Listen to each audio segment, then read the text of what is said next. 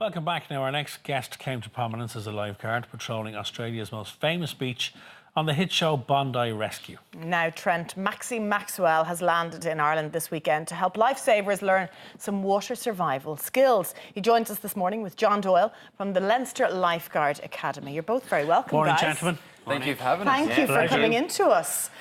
Maxie, there's a lot of excitement here with your arrival this morning, I'll be honest with you. Yeah, well, it's been 8 or 9 years since I've been in Dublin last time, Really? or Ireland, I should say. Last time I was in Dublin, I was only here for 2 days, and this time, unfortunately, I'm only here for 2 days. But this time, I'm here for an important issue, so...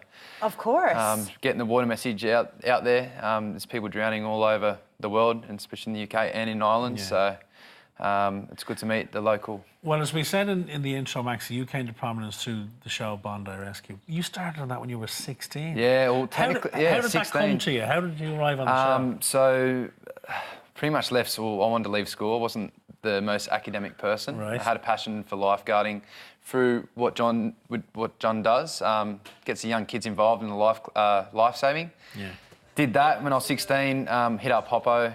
If I could do work experience turned into A job. a traineeship, and then a traineeship turned into a full-time job. As soon as I turned 18, I tried to get in the fire service. It took me 6 years to get in the fire brigade. But now I'm in. I've been a firefighter for the last 4 years, but I've been a lifeguard for the last 14 years. So. OK. Wow. It's incredible, and we'll get back to the serious stuff about water safety in a moment, but it's fascinating how successful Aussie shows are. Like Home and Away and Neighbours, I literally grew up with. We lived in Ramsay Street in our heads, practically. Almost bigger successes here than in Australia, I think, at the time anyway. And Bondi Rescue seems to have the same effect, doesn't it? Yeah, I mean, it's gigantic. There's a lot of people from Ireland that reach out through social media and then even come to Bondi and visit and say, you know, we watch you in Ireland, and you know, some of the biggest supporters that we have are from Ireland, so it's really good to be here, and hopefully I can meet as many people as I can while I'm only here for a short time. Oh, I've no doubt they'll be queuing up. Oh yeah, they'll make themselves known, don't worry about that, Maxie. But we probably see the fluffier stuff on the show.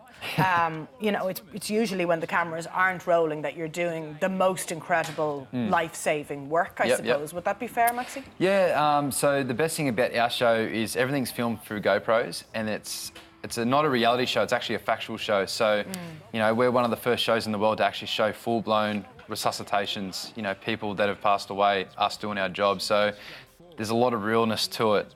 So in saying that, the cameras are off when it's downtime, not really. That's when they come out and they show the world what we do as lifeguards. And in terms of how you deal with it as lifeguards, or more importantly as people, how does that affect you, that being your day-to-day job? Now, I know you've continued it on because you're a firefighter and you're dealing with that kind of stuff every day, but it must take its toll, doesn't it? It does, but when you have a passion and you love helping people, it's, you know, it all comes down to experience too. So the more and more I do it, the more and more experience I get, the more life lessons I learn. And as I get a little bit older now, similar to what John does, starting to pass on my knowledge and skills to the younger generation, because there's still people drowning, still things not going right. So at the end of the day, we just got to get it out there and John, have a crack. Is it all, as Maxie says, is it all about teaching them young? You know, it's the education. Getting it very young, and also as well teaching the parents a little bit as well, because we do have a culture in Ireland that a lot of parents can't swim either, and feeding that into bringing their kids swimming, learning life-saving starts with actually learning to swim as well. Being able to swim proficiently is very important, and then the life-saving skills then after that they may be able to help someone. How do we as a nation perform, you know, internationally in terms of skill sets? For skill sets, no. Our biggest problem is the cold water. You know, our temperature of the water this time of year would be 8 degrees, 9 degrees. And to put that into context, if you had the pool where you go swimming at 26 degrees, you'd be up moaning to the manager saying... Right, okay. So 8 degrees is very, very cold. So cold... Plus it's dangerous. And it's very dangerous, very deep. For example, on the East Coast, a lot where I live, around Greystones, it's deep shelving and it gets deep like that very, very quickly. So it's trying to train the kids to understand the environment they're going into and what to do if something happens to them. And John, just not to bring the tone down, but it's a very important message for people watching this morning. I'm familiar personally with some horrific, tragic drowning stories, but we hear them an awful lot in the news. Do we have a disproportionate amount of drownings in Ireland? We do for the age categories. You know, from the 14, 15 age category to the 25, we do get a lot of drownings, accidental and what's drownings. Happening there, John? In a lot of cases, it's not understanding, but also there's alcohol involved in it as well. You know, so people understanding that when actually a lady in the room there, the green one we were talking to, she said, you know, I know someone who says they want to swim from one point to another point. They think because it's quite close. Yes. So and they don't realise that could be a couple of nautical miles. You know, and they wouldn't have the experience. And then with alcohol on it, that kind of bravado then increases. But you're misjudging it. You're misjudging, which is very easily done. Yeah. And it's deadly. But also, 80% of people who drown didn't expect to be in the water in the first place. So, you know what I mean? So it's through an accident. It's through an accident or, you know, walking a dog or, you know, running and jogging unplanned and they're fully clothed, then they don't have the experience to get themselves out. It's not, Maxie, just about proficiency in swimming. It's what to do in an emergency if something goes wrong. That's the beauty of it. So, you know, me doing the tour around the UK and Ireland, talking about water safety, I touch on the cold water stuff. You know, you could be the best swimmer in the whole wide world. Yeah. If you throw yourself in cold water, I guess the first things that you lose is your arms and legs to be able to keep you afloat. Yeah. So just explaining the science behind what happens to your body that contributes to you potentially drowning. And obviously the drugs and alcohol, and that's another aspect as well. But the accidental stuff, you know, you could be on a pier, see someone fall in the water, stumble, they're in there.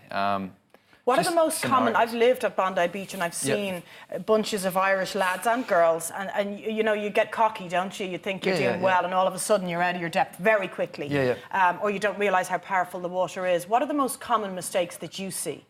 Just, you know, it's funny because you know Bondi, you got waves, you got rip currents. A lot of the time, the tourists that come down, they see where the waves are and they think that that's where it's scary and that's where it's dangerous, where the waves are, but actually it's where it's more shallow.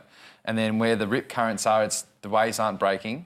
So they go swimming where there's no waves breaking. And that's where the rip current is. Because it looks so safer. It's a thing. So they go, oh, well, I'm not swimming in the dangerous Aussie surf. I'm going to swim. Oh, that looks like the Mediterranean. I'm going to go swim over there. And that's where the drag happens. And then that's where it is. So the water comes in, it pushes back out. So as it's pushing back out, people get stuck and then they start to panic. When you've got no air and oxygen in your system, you're fighting it. And you're nodding, John. You know that, but actually, it's quite. I wouldn't have known that either. I lifeguarded in Sandy Cove for years, and the amount of people who wouldn't understand even that the tide changes daily. So what can be very, you can jump in one day, you can't jump in the next day. So the tide would vary constantly. So it's knowledge, understanding the environment that you're going into, and education, and it should really be. Like we'll go to schools as well and talk to kids, and obviously through the Life Saving Club and stuff. But it's getting them to understand that, you know, in some cases they actually have more information than their parents, and being able to pass that on, and to make sure that they're swimming in safe areas. That even if there's not a safe area, if you find a beach, you go to the west of Ireland, you'll find loads of nice beaches that are not even lifeguarded. You know. Are they safe places to go? Maybe they are. You get local knowledge, you get environment conditions. And very, very quickly, you're doing a talk where in Glen? So there's a competition I'm going to visit today to visit a few locals, up to 90 kids, and then tomorrow the Glenview Hotel. So the Glenview actually been very good to us. They've been putting them up there for the last couple of days. And I'm sure it'll be very well attended. So come down if you're around. Come to the Glenview Hotel. Thanks and the awareness is so important. So well done. Thank you. Good to see you. Now, up next, more styles if you're painting the town red tonight. Fashion is up after this break.